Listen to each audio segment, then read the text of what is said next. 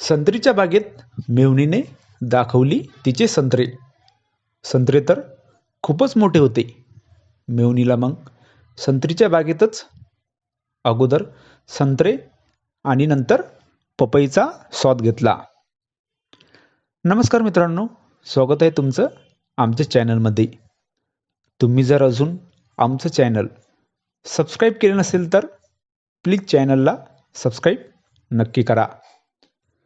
आज सकाळी सकाळी मोठ्या मेव्हणीचा फोन आला आणि मेव्हणी मला म्हणाली, या वेळ काढून कधीतरी तुम्हाला संत्रीची बाग दाखवते आणि संत्रीचा आस्वाद घ्यायला पण या लवकर.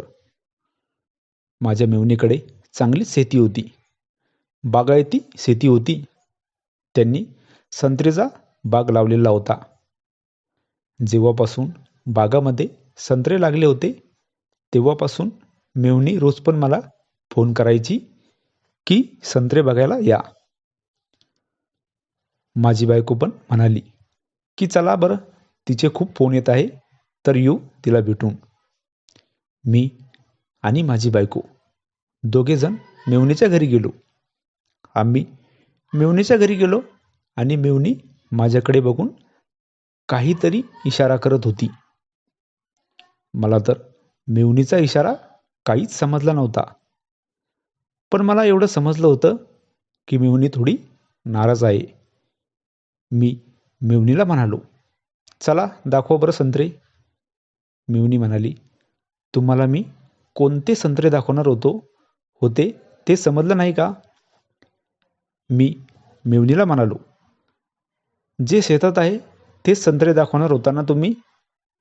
मेव्हणी म्हणाली, तुम्ही जेव्हा एकटे असाल तेव्हा मी तुम्हाला ते संत्रे दाखवणार आहे.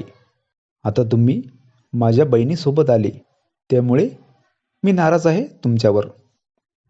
मेव्हणी मला कोणत्या संत्र्याबद्दल बोलत होती ते मला आता समजलं होतं. नंतर मेव्हणी मला म्हणाली, दुसऱ्या वेळेस एकटेच या, तुम्हाला पूर्णच संत्र्याचा बाग दाखवते. दुसऱ्या वेळेस मी एकटा गेलो. मला एकटं बघून मेव्हणी तर खूप खुश झाली होती. दुसऱ्या दिवशी सकाळीच मला मेव्हणी संत्र्याच्या बागेत घेऊन गेली आणि मला तिथे तिचे संत्रे दाखवले. संत्रे तर खूपच मोठे होते. मी संत्रे बघितले आणि माझ्यातला तो जागला. मी मेव्हणीला म्हणालो, आता संत्रे दाखवलेच तर पपई पण दाखव. मेव्हणी म्हणाली, संत्रे पण तुमच्यासाठी आणि पपई पण तुमच्यासाठी.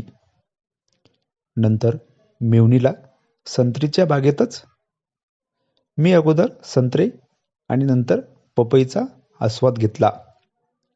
मेव्हणी पण खुश आणि मी पण खुश झालो होतो. ही कथा पूर्णपणे काल्पनिक असून वास्तविक जीवनाशी काहीही संबंध नाही. ही कथा फक्त मनोरंजनासाठी आहे. मित्रांनो, कथा आवडल्यास चॅनलला सबस्क्राईब करा. धन्यवाद.